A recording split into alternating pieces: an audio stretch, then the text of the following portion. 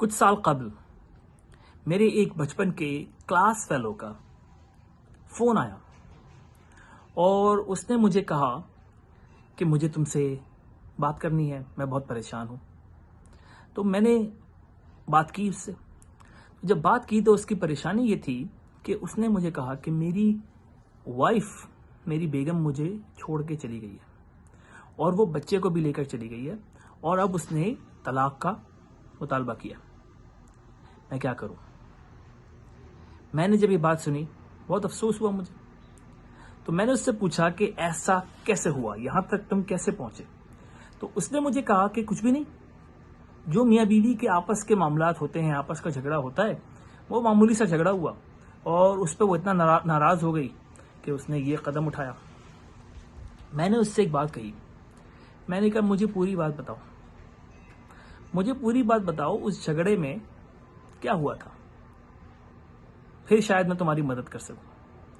تو اس نے مجھے بتایا کہ چھوٹا سا آرگیومنٹ تھا اور بس تھوڑی سی آواز اس نے اونچی کی، میں نے آواز اونچی کی، بس پھر مجھ سے برداشت نہیں ہوا اور میں نے اس کو ایک زوردار تھپڑ مارا۔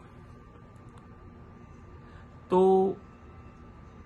وہ تھپڑ اس کو اتنا برا لگا کہ اس نے بات یہاں تک پہنچا دی اور وہ طلاق چاہتی ہے۔ تو مجھے ایک بات بتاؤ کہ کیا ایک تھپڑ کی وجہ سے اس کو میرے ساتھ یہ کرنا چاہیے؟ تو میں نے اس کو یہ جواب دیا، تمہارے ساتھ بالکل ٹھیک ہوا، اس نے بالکل درست کیا۔ تم نے یہ کیسے سمجھ لیا کہ تم کسی انسان کے چہرے پر تھپڑ مار سکتے ہو؟ تمہیں یہ کس نے حق دیا ہے کسی انسان کے چہرے پر تھپڑ مارنے کا؟ تم نے اپنی بیوی کو تھپڑ مارا ہی کیسے؟ تم نے تمام حدود پار کر دی، تم نے خود اپنا ریلیشن شپ اس حال میں پہنچایا ہے اور یہ پوائنٹ آف نو ریٹرن ہے، یہاں سے واپسی بہت مشکل ہے۔ تم نے خود یہ قدم اٹھایا اور یہ تمہاری غلطی ہے، تمہیں ایسا نہیں کرنا چاہیے تھا اور اب میں اس میں تمہاری کوئی مدد نہیں کر سکتا ہوں کیونکہ تم نے تمام حدود پار کر دی ہیں۔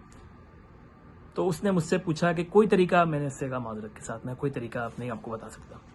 تو کہنے کا مقصد یہ ہے کہ اس واقعے سے کیا حاصل ہوتا ہے، اور میں آپ کو ایک اور بات بتاؤں، یہ واحد واقعہ نہیں ہے، بالکل ایسا ہی ایک اور واقعہ ایک اور جاننے کے والے کے ساتھ بھی ہوا اور اس کی بھی بالکل یہی کہانی۔ تو یہ مسئلہ بہت زیادہ ہوتا ہے ہمارے دیسی گھرانوں میں، دیسی مردوں میں۔ دیسی مرد کو یہ غلط فہمی ہے کہ میں اپنی بیوی کو جب چاہے تھپڑ مار سکتا ہوں، جب چاہے مار سکتا ہوں، کیونکہ میں تو سردار ہوں، میں تو باس ہوں اور میں تو مار سکتا ہوں، مجھے تو اجازت ہے۔ یہ آپ کی غلط فہمی ہے کہ آپ کو کسی انسان کو مارنے کی اجازت ہے۔ کسی قسم کا وائلنس جہالت ہوتی ہے اور آپ اپنی بیوی پر ہاتھ نہیں اٹھا سکتے۔